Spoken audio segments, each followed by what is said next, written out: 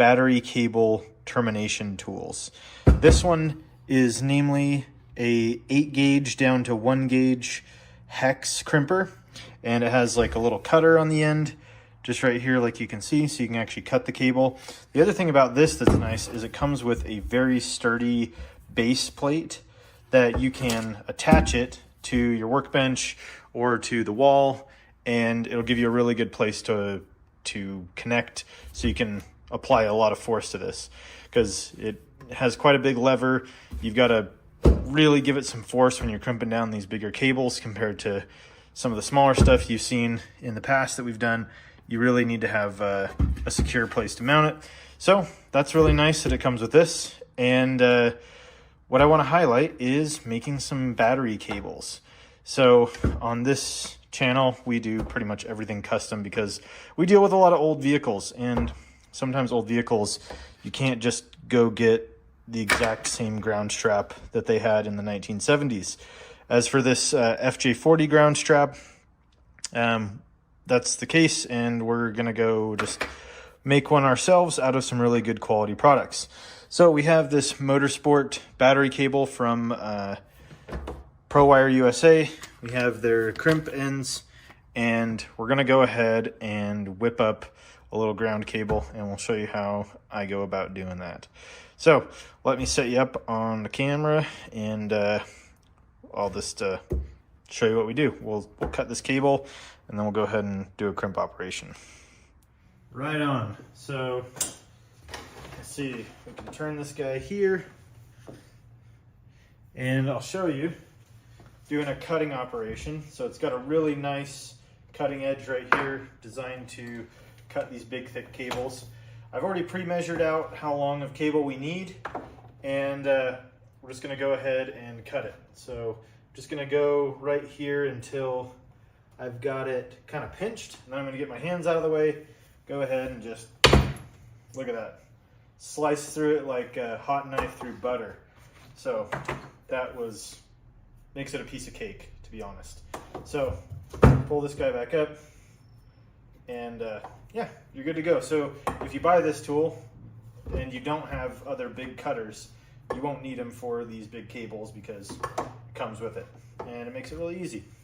So, and even though I don't have this bolted down, you saw just putting some good force into it, it cuts really nice. So what we're gonna do now is we're gonna go ahead and I'll cut this back to fit one of our ends here, and then we'll go ahead and do a crimp operation. So let me slice that up, and then we'll go ahead and do a crimp. All right, so I've got the cable all cut and one of the ends here.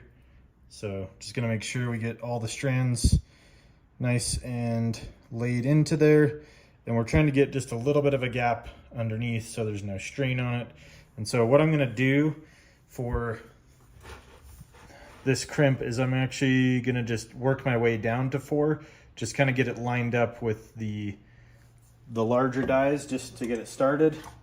And just gonna go right in the center, leave a little bit of a gap, and yeah, we'll just go like this. Get it nice and started, and then this next one is gonna really crimp it, start pushing it down, and then we'll work our way down to the 4 gauge. You can see right there, it's making a really nice clean crimp. And yeah, let's go sink it down to the 4 gauge. Get it nice and lined up in here. Make sure we're good. And just gonna come down. And there we go. Nice heavy duty crimp. And that guy is not going anywhere. Doing the tug test on it, we're not moving anything but the jacket. So yeah, that looks like it did the job. And I guess I could even go back and crimp down the back of it if I wanted to match it, just for fun. it's not going anywhere, but we could just, you know, kind of squeeze it down a little bit more.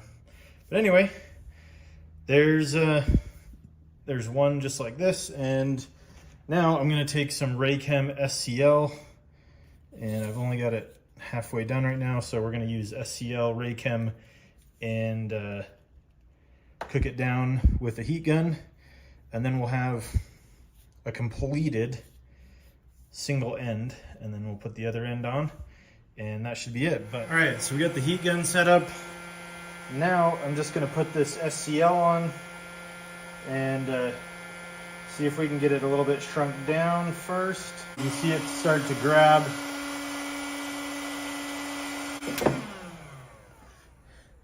And there we go. Look at that. Beautiful.